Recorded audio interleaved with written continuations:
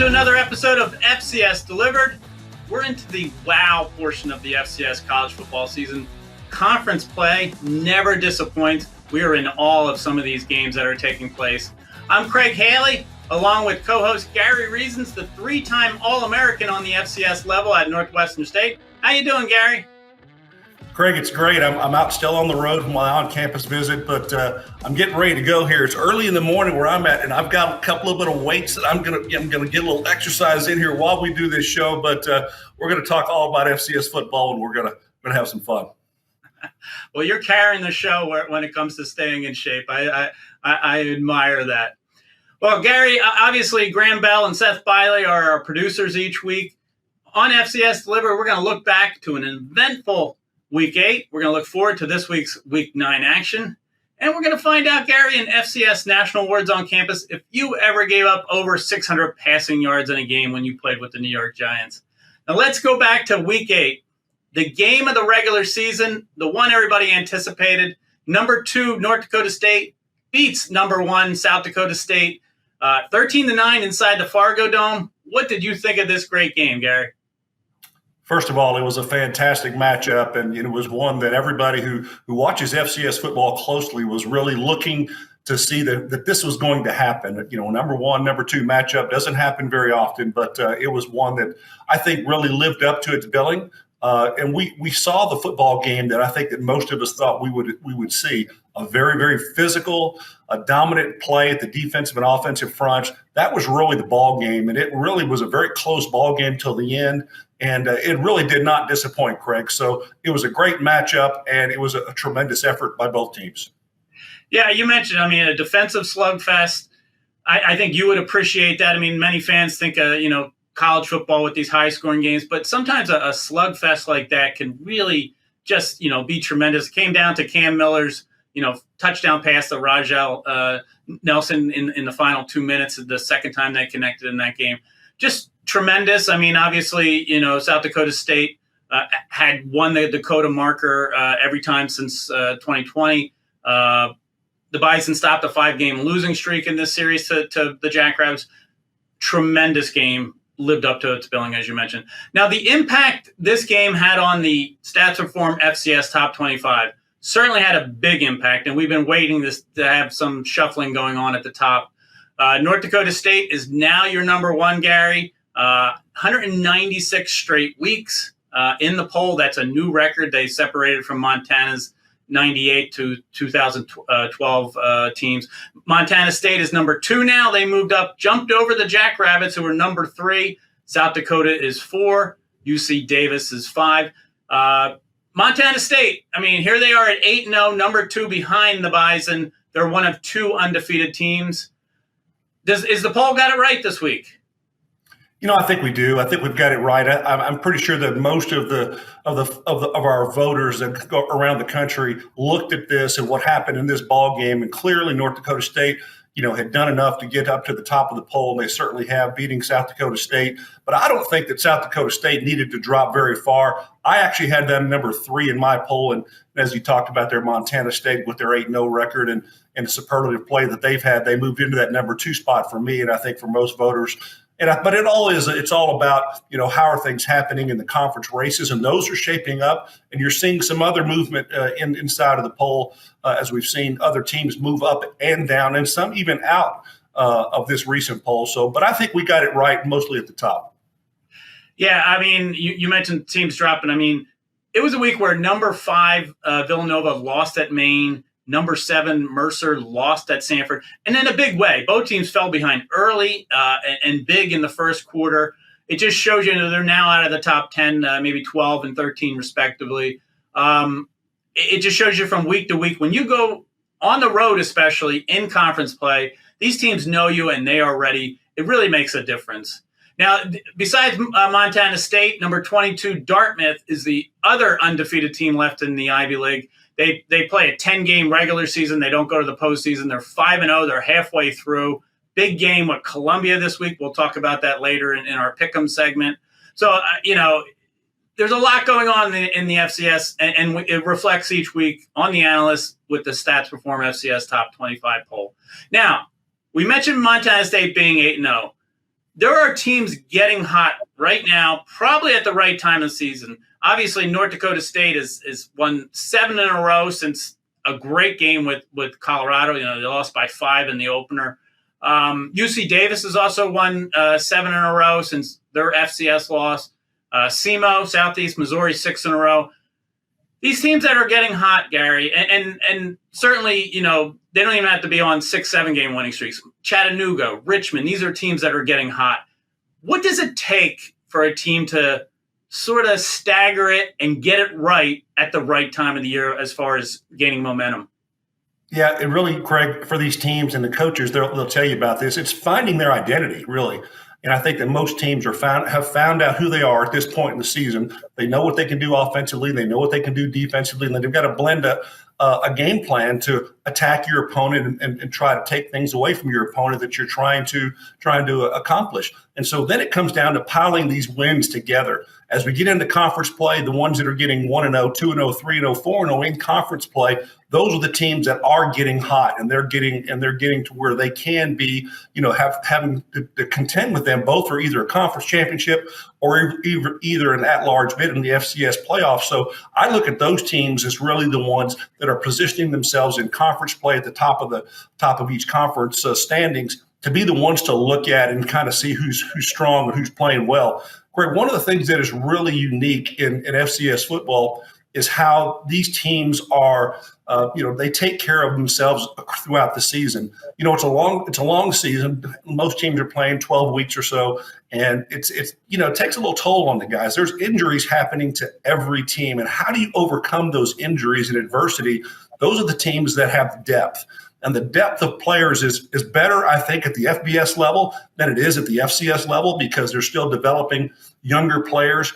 And I think that's what one of the differences is when you look at the two subdivisions, FCS and FBS, as far as depth of quality of players, you probably have a little bit less at the FCS level than you would at the bigger schools. And that's what you look to. You're trying to find teams that have, quality depth, and they don't really miss anything on the field playing-wise that can impact them offensively or defensively. So the teams that have kind of not had the injury bug hit them, those are the ones that are look to them to be able to be moving forward, especially if they've won consistently over the last 2 to 3 weeks. But we've got several teams, as you pointed out, Craig, that have continued to move forward in the poll as well as do so in their conference with stringing 3 or 4 wins together. Yeah, Gary, you mentioned teams with injury and how much of that impacts them. 2 good examples: Idaho and Southern Illinois. Top 10 teams to start the season. They ran into the injury bug. They've been through 3 quarterbacks each. Now, hopefully they get healthy again. Idaho probably, has stemmed the tide and is probably going to make a run here at the end of the regular season. I think when I look at their Big Sky schedule, they do have 3 losses. Southern Illinois has lost 5 in a row, just really been decimated by injury. So they need to go the other way now in the Missouri Valley Conference. With that in mind, Gary, the ebb and flow of that momentum of a season, how does that factor in as far as emotionally with a team and a coaching staff dealing with that emotions of the ebb and flow of momentum? Well, Craig, it comes down to the chemistry of the football team. And, you have leadership, and that comes from your seniors and your juniors that have been out there with this program. But overall, you're going to need an infusion of younger players to step up and, kind of take hold of what their role is going to be on it. And it's sophomores and even freshmen. We've seen freshmen over the most recent years, really make impacts on these programs and really stand out. So some of the younger guys on these football teams have to step up and into a role that, maybe they weren't ready for, and really they're surprising themselves. That's really good to see. And really when some of these stars step out there on the field, you really never know what can happen. And there's been some real good ones we have had. Well, there's 5 full weeks left of the FCS regular season. We see these teams that are red hot now. A lot can change, obviously, before Selection Sunday for the playoff field. But it's good to see these teams really kind of gel and come together, like in North Dakota State, a UC Davis, SEMO. They're all getting hot. It's fun to see. Now, Gary, I wanted to mention this week on theanalyst.com, the Jerry Rice Award watch list for the National Freshman of the Year in the FCS. 14th season for the Freshman Award for the legendary Hall of Famer Jerry Rice. As we go to break here, Gary, we are going to look at the past winners of the Jerry Rice Award, and we will be back with more FCS Delivered.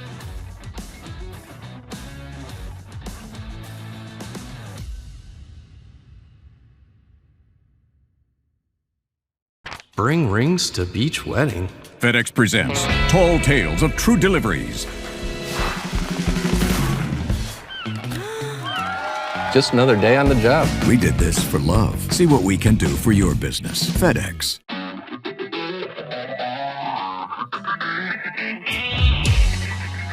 Welcome back to FCS Delivered. This is our FCS National Awards on Campus segment. During the break, Gary was on the treadmill, but now he's back focused for this segment. Each week on theanalyst.com, we have 7 weekly award winners, 5 for Stats Perform, 2 for our partnership with Urban Edge Network's HBCU Plus streaming service.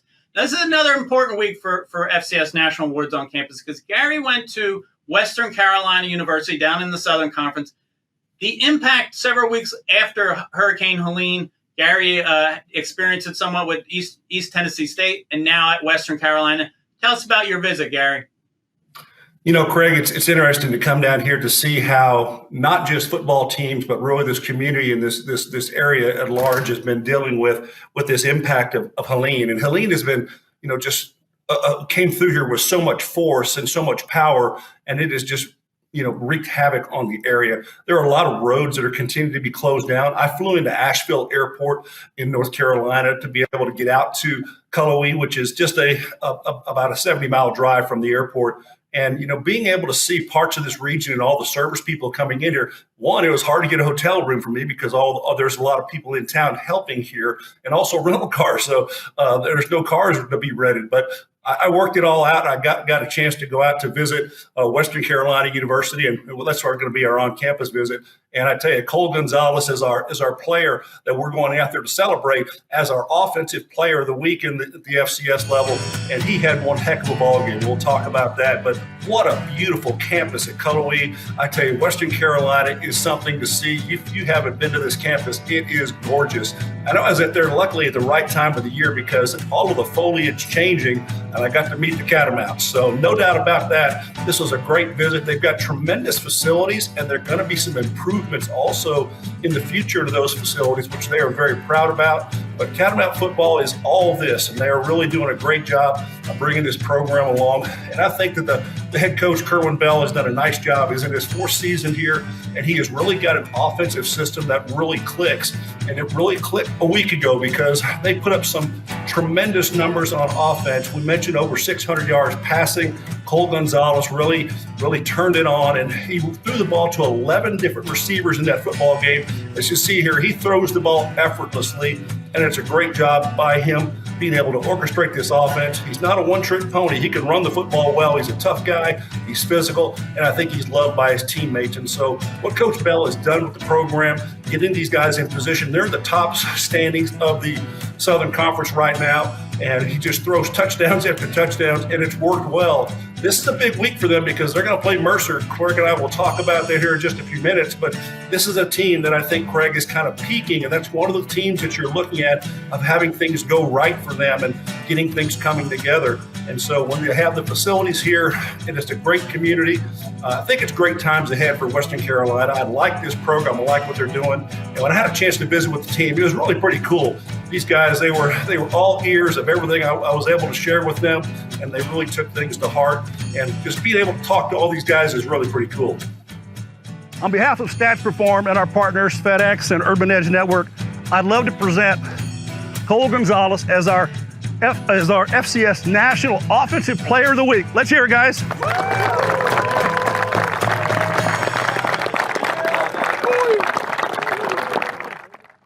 Well, pretty unique there. Right after I stepped away from there, Cole stayed up there, and he visited with his teammates and thanked each and every one of them, offensive line, the receivers, the whole team, for really just being supportive of him and giving him a chance to succeed. And they're not done. I mean, they've got a lot of work to do. They've got to keep their eye on the prize. And They have not won a conference championship. They do not have those accolades. That is something that they're growing to and aspiring to under Coach Bell and his leadership. And he's a former NFL player. He's a former Canadian Football League player. He played in professional football for 12 years. And plus, he's had a 40-plus year coaching career. He's a real tenured guy that's got a system on offense that works, and it's worked well for the Catamounts, Craig. And when you look at the teams in the Southern Conference, they're right there at the top. And I'm pleased to say that they're on a trajectory that is excellent. And I think the Southern Conference, Craig, is a matchup in a race that's going to be fun to watch the rest of the season, because there are multiple teams still having an opportunity to climb to the top and take that if either of these teams falter along the way. Yeah. I tell you, between Western Carolina, Mercer, Chattanooga, I mean, every year the SoCon champion keeps changing, and it looks like it's going to change again with one of these teams. So impressive that Cole Gonzales, 620 passing yards, a SoCon record. He did it against the defending champion, too, Furman. So that just maybe shows that they're headed to something special this year, maybe their first conference championship. Gary, how about the maturity level of this team? I mean, you mentioned what's been happening. Did you get a sense of how they're, moving forward when they've had, such tragedy around them? I think they've dealt with it pretty well. And, there's cell service unavailable in a lot of instances. A lot of the cell towers are down. The phones, you just can't work around certain things. There's communication things that we take for granted in our daily lives that they're dealing with. But as a football team, they're just a brotherhood. They're right there when they go to work every single day. It's all one thing. Just be focused on what they have to accomplish in that day in practice. I love their practice system and how they set up things. Coach Bell has a very structured practice where they work on individual skills and drills every single day to understand that that's what we're looking to achieve. And they do these different things here. And I think I'm glowing here. There's got some light here in the room out this window that's not being real friendly to me. But nonetheless, maybe there's going to be some spaceship coming here. I don't really know, one of those two things. But it's been a tough time in this region, but these guys they've risen to the top. Remember, they played a game a couple of weeks ago with no fans in the stands because they couldn't get people to the stadium. That was pretty amazing. Well, Gary, we can't afford to lose you to aliens, so stick around for our third segment of FCS Delivered. You can find all the award winners on theanalyst.com, 7 each week. And, of course, Cole Gonzales was our Offensive Player of the Week. We'll be back with our third and final segment of FCS Delivered.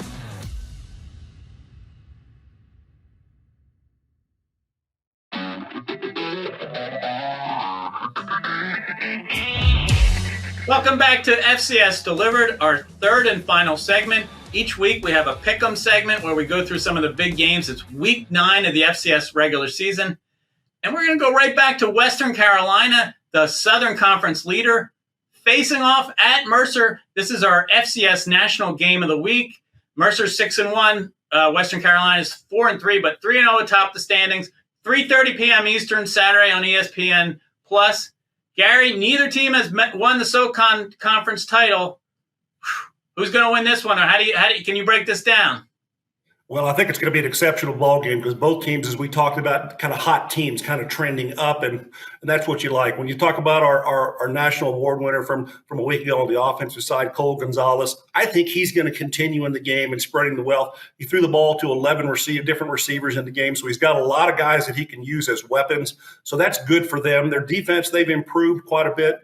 So I think that there's an opportunity here for Western Carolina to go on the road and pick this one off. I like what I saw in Cullowhee, and I like what I heard from Kerwin Bell. I'm gonna pick the Catamounts here in this one. This is a tough one. I feel like I've flip-flopped a little bit. Obviously, Mercer is coming off that loss to Sanford. We mentioned it earlier, 55-35. They kind of fell behind early. They're still number 1 in the FCS in rushing defense. And have some good defensive statistics, including against the pass. Lights out secondary, Miles Redding, TJ Moore has really carried the load. That's what you have to do to stop Western Carolina, is stop their passing attack. I could go either way. I'm going to go with Mercer rebounding here at home. They certainly needed it if they're going to stay in contention because, they could have a second loss and Western Carolina would be undefeated. Great game all around. That's our Stats Perform FCS Game of the Week. Let's look at some of the other big games of the week. South Dakota State, now number 3, is hosting number 4, South Dakota. I tell you, I think that the Jackrabbits need to rebound. Will they get it done here? I think they are going to rebound. I think they're going to rebound in a very, very big way here. I think them being at home gives them a little comfort level. South Dakota, they've played lights out. They've done a great job. This is going to be a close game. I think this is one that comes down to the very last minutes of the ball game to see who's going to pull this one out. It's going to be nothing different than a North Dakota versus North Dakota State. Those times of in-state rivalries, this is one of those. And certainly, Craig, I think it could have been our game of the week, but it's definitely going to be. I think South Dakota State's going to get this one. Yeah, a tremendous matchup. You're right. I think we've all been saying South Dakota State, North Dakota State, Montana State all year as being the top 3. South Dakota's been lurking at number 4, and they certainly, can get it done. They beat North Dakota State during the regular season last year. Can they go on the road to South Dakota State? I'm going to stick with the Jackrabbits, but either way, it's a tremendous matchup, 3 versus 4. Now, as we look at other games, obviously UIW's at Southeastern Louisiana in the Southland. Holy Cross is at Lafayette in the Patriot League. We're both picking UIW and Lafayette to win. Let's go to some games here in our Pick'em segment that we might have differences. Dartmouth undefeated at Columbia. Who do you like, Gary? Well, it comes down to Columbia Blue, okay? And I was talking with a good buddy of mine, and his son used to be the quarterback of Columbia, Andrew Weiss, a few years back, but he's now a lawyer, to go figure that out in Manhattan. I'm going to go with the Columbia Blue in this one here, Craig. You're right. You can't go wrong with Columbia Blue. I'm going to go big green, though. I like the green of Dartmouth, so that's my pick there. Here's another one. William & Mary at Stony Brook, a big CAA game, which is a crowded standing. Who gets it done? I think that Stony Brook is on a trajectory here to help themselves out even more. I think they're going to get this one, and they're going to take care of William & Mary, and it should be a close ball game, but I got Stony Brook in this one. They're both going to run the ball. I'm going to go with the Tribe. It's a tough one. They lost a game earlier this season. They weren't expected to lose. They need this one in the CAA. I'll go with the Tribe. All right, one more because we might have a difference here. The Magic City Classic. It'll be the biggest crowd of the FCS season. They always draw over 60,000. Alabama A&M versus Alabama State in the SWAC at Legion Field in Birmingham. Who's your pick? What a great HBCU matchup. I tell you, it's one that I think is really it's going to be pretty fun to watch. Both of these teams, they're kind of middle of the road teams in the conference, but I think that what they bring is a lot of energy. And you see the fan base, you see the game that it's going to build up on. I think that Alabama State's going to get this one in the end. But Craig, it could go either way. Both teams are very similar, I think, but it looks to me like I think that Alabama State may pull this one out. Well, if you see our graphic, we do have another difference. I love when we have some differences. I'm going to go Alabama A&M. I think maybe they've found themselves in the last couple games. They can certainly run the ball. Either way, it seems to always be close. I'm going to go with Alabama A&M in the Magic City Classic. But that's the great thing about conference play, Gary. We talked about how wild it gets, especially when you go on the road. Everybody knows each other and can really pull upsets. I guess you must be looking forward to more games this weekend. Yeah, but I got to get my workouts in here first, Craig. And I just when you go on the road and you got to find a place to do record a podcast, you got to find some options. And this was my best one this week. So anyway, so I am ready. I'm getting ready for this weekend, and I'll be ready to go out on the road again next week. It'll be a lot of fun. Well, I'm going to remain a couch potato right here. So looking forward to it. Week 9 is coming up. Big games galore. We appreciate everybody watching or listening to FCS Delivered, and we will see you this time next week.